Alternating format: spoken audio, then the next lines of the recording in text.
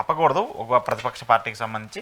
సరే, దానికి సంబంధించి లా అండ్ ఆర్డర్ సిచ్యువేషన్స్ ఉంటాయి కదా, లా అండ్ ఆర్డర్ సంబంధించి మరి వాళ్ళు ఏ నిర్ణయం తీసుకున్నారో. సార్ మీరు ఇందాక చెప్పినటువంటి ఇన్ని కేసులు మహిళల మీద, చిన్నపిల్లల మీద, లేదా ముసలోళ్ళ మీద చెట్టు కట్టేసి ఎక్కడికి వెళ్ళిందండి law and order? Jaganmohan Reddy గారు బయటకు వస్తేనే లా అండ్ ఆర్డర్ గుర్తొస్తాయండి మీకు? Law and order means what? Define. ఏదో మీరేదో చేస్తున్నారని కదా వాళ్ళ ఆరోపణ, వైసీపీ వాళ్ళు ఏదో. కుప్పంలో ఈరోజు ఒక మహిళని చెట్టు కట్టేసి కొట్టింది వైసీపీ వాళ్ళు కాదు, తెలుగుదేశం వాళ్ళు. అది వాళ్ళు ఏదో అదే వ్యక్తిగత రాజకీయ కక్షలు అన్నారు. ఏదైనా ఆఫ్టర్ ఆల్ అది కుప్పం కాన్స్టిట్యున్సీ, తెలుగుదేశానికి వాళ్ళకి రాజకీయ కక్షలు ఎన్ని ఉంటే మాట్లాడుకోమన్నాడు సార్. చెట్టు కట్టి వీడియో తీసి బయటికి పంపించి, కానీ అది చాలా దారుణమైన ఘటన. ఒక మహిళకి సంబంధించి అలా చెట్టు కట్టేసి అలా చేయటం అనేది కూడా ఖచ్చితంగా ఎవరు కూడా ఆక్షేపించాల్సింది కాదు, దాన్ని ఖచ్చితంగా శిక్షించాలి. కానీ అది ఎందుకు మరి ప్రభుత్వం దానికి సంబంధించి ఏంటో మరి ఆ చర్యలు చూడాలి. సరే, కంక్లూడ్ చేస్తే చివరిగా సార్, ఏడాది పాలన ముగిసిపోయింది, రెండో ఏడాదిలోకి మన చంద్రబాబు నాయుడు గారు కూటమి ప్రభుత్వం అడుగుపెట్టింది.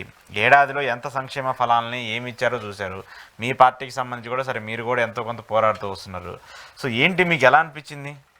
సాటిస్ఫైగా ఉన్నారా మీరు? అంటే ప్రతిపక్షం కాబట్టి మీరు ఖచ్చితంగా సాటిస్ఫై ఉన్నామని చెప్పారు కాబట్టి. ఒకటి sir, we are trying to measure the opinion of the public now.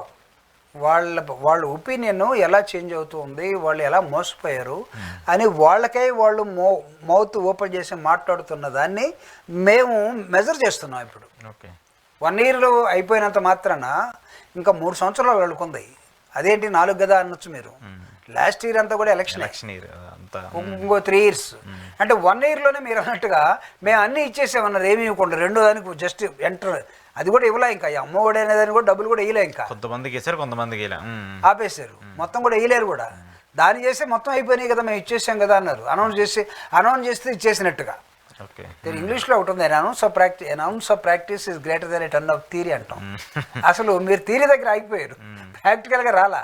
రేపు బస్సు ఉంది, సిలిండర్లు ఉన్నాయి, ఇంకా మీరు ఇచ్చినటువంటి ఇంకొక 5-6 ఉన్నాయి, రైతు భరోసా ఉంది, చాలా మీరు ఇచ్చారు. అయిగాక 143 ఇచ్చున్నారు. ఇంకా అన్నీ చేసేస్తామని, ఇప్పుడు అన్నీ చేసేసామని చెప్పిలో ఇప్పుడు మీరేం చేస్తున్నారు? మా దగ్గర డబ్బులు లేవు.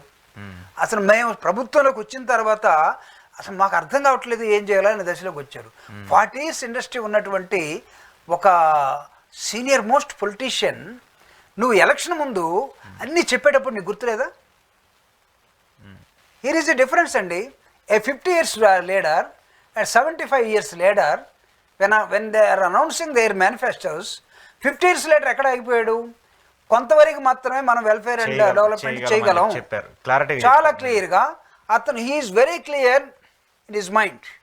ఇంతకన్నా మనం ఎక్కువ ప్రామిస్ చేస్తే ప్రజలు రేపు మనం తిడతారు, అబద్ధాలను మేము చెప్పలేము అని అక్కడ ఆపేశాడు అతను. నువ్వు 75 years ఓల్డ్గా ఉండి, నువ్వు 40 years ఇండస్ట్రీగా ఉండి, నువ్వు ప్రతిదీ బాంచేది కాయ రాజా కాయ, గెలిస్తే గెలుస్తాం, ఓడిపోతే ఓడిపోతాం, అన్నీ చెప్తేనే గెలుస్తాం అన్నట్టుగా మొత్తం చెప్పేసావు. నువ్వు ప్రాక్టికల్గా వచ్చినప్పుడు వాట్ ఈస్ హ్యాపెనింగ్ నౌ? అంటే ఫెయిల్ అవుతున్నారు కదా. ఫెయిల్ అవుతున్నదాన్ని ప్రజలు ప్రశ్నిస్తారు కదా. మేమే ఇప్పుడు వైఎస్ఆర్ కాంగ్రెస్ పార్టీ లేకపోతే అభిమానులు, కార్యకర్తలు వీళ్ళు కాదండి ప్రజలు. ఈవెన్ తెలుగుదేశం కార్యకర్తలు కూడా ప్రజలే, తెలుగుదేశం అభిమానులు ప్రజలే, న్యూట్రల్గా ఉండేవాళ్ళు వాళ్ళే. న్యూట్రల్ దగ్గరికి ఎందుకు వెళ్తాం మనం? బాబు జడ్జి ఏంట్రా మీరని వెళ్తాం. వాళ్ళు ప్రశ్నిస్తూ ఉన్నారు, అందరూ ప్రశ్నిస్తూ ఉన్నారు. ఏం జరిగింది 1 yearలో? 0 గుండు 0.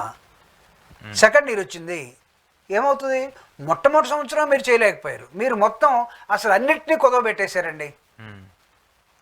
మొత్తం బంగారం కొట్టువాళ్ళు కానీ అన్ని కుదవబెడితే వాడు ఆక్షన్, వాడు ఏం చేస్తాడంటే ఈఎంఐ కట్టించుకొని ఈఎంఐ అయిపోయినప్పుడు మీద ఆక్షన్ ఇస్తున్నాం అంటాడు. ఇప్పుడు ఆంధ్రప్రదేశ్ను ఆక్షన్ వేయటం కోసం సిద్ధంగా ఉంది. ఇంకా మళ్ళీ వాళ్ళు రావాలేమో, రిలయన్స్ వాళ్ళు, ఆయన పక్కన ఇంకొక ఆయన తిరుగుతుంటాడు, మోడీ పక్కన ఎవరు, అదాని, వాళ్ళు వచ్చి కొనాలేమో ఇంకా ఆంధ్రప్రదేశ్ని ఆక్షన్కి వచ్చిందని చెప్పి. ఆ దశలో సెకండ్ ఇయర్కు మీరు వచ్చేసారు. మీరు you don't have money to even, మీరు అందుకే సారాయిని, ర్యాక్ని మీరు ఏర్లో పారిస్తూ ఉన్నారు విలేజెస్లో. సార్ అక్కడ మీకు శాంక్షన్ షాపులు మాత్రమే కాదు, అనాథరైజ్డ్గా, ఇన్ఫార్మల్గా శాంక్షన్ షాపులు ఇచ్చినటువంటి బెల్ట్ షాపులు ఎన్ని ఉన్నాయి చూడండి.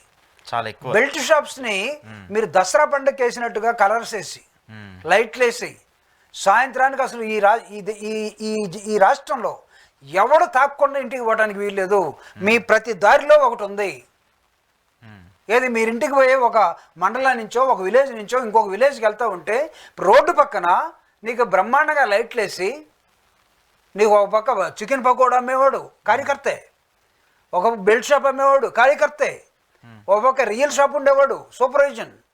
అసలు ఎంత బాగా ఎన్ని విలేజ్లో ఎన్ని గ్రామాల్లో ఎన్ని మారుమూల ప్రాంతాల్లో ఎన్ని దళిత వాడల్లో ఈ షాపులు ఉన్నాయో మీరు మందులు వేర్లై పారిస్తున్నారండి. ఇప్పుడు దాంతో వచ్చే ఆదాయంతో మీరు నడపాలి. రేపు మీకున్న ఆదాయం లేదు, ఉన్న భూమిని మొత్తాన్ని కూడా మీరు సేకరించి 99 పైసలకి ఒక ఎకరా, ఒక చాక్లెట్ అన్న వస్తుందా? సరే, అది డెవలప్మెంట్ కోసం ఇవన్నీ మర్చిపోవడం కోసం జగన్ పార్టీ మీద దాడులు, అరెస్టులు. అది కాకపోతే ఇప్పుడు ప్రపంచం మొత్తం యోగాంధ్ర అంట. వైజాగ్లో ప్రతిష్టాత్మకంగా పెట్టుకోండి, ప్రకృతి ఆలయం ఆశ్రమం పెట్టుకోమనండి ప్రభుత్వాన్ని. పొద్దున్నే ముఖ్యమంత్రి లేచి నేను 5:30కి లేచి యోగా చేస్తున్నాను మీరందరూ రండి అని చెప్పి రేపటి నుంచి వేయించండి. సరే, దాన్ని ఏదో ఎస్టాబ్లిష్ చేయడం కోసం రాత్రి అంతా తాగినోడికి రేపటి నుంచి నువ్వు మాత్రం తాగు, నీ జనాలు మొత్తం తాగాల. ఏంటండి ఇది? సరే, దానికి సంబంధించి వాళ్ళు ఏం చేస్తారో చూద్దాం. సో మీకైతే అంత సాటిస్ఫైగా లేరు, ఏమనిపించట్లేదు, ఏమి లేదంట అసలు. సార్ నీకు ఆ పెన్షన్ చంద్రబాబు నాయుడు గారు వెళ్ళి ఒక ముఖ్యమంత్రిగా ఆ గ్రామంలో తెలుగుదేశం పార్టీ కార్యకర్త ఎవరైనా ఉంటే పేదవాళ్ళు ఉంటే వాళ్ళ దగ్గరికి వెళ్ళి ఈయనే వాళ్ళకి టీ పెట్టిస్తాడు.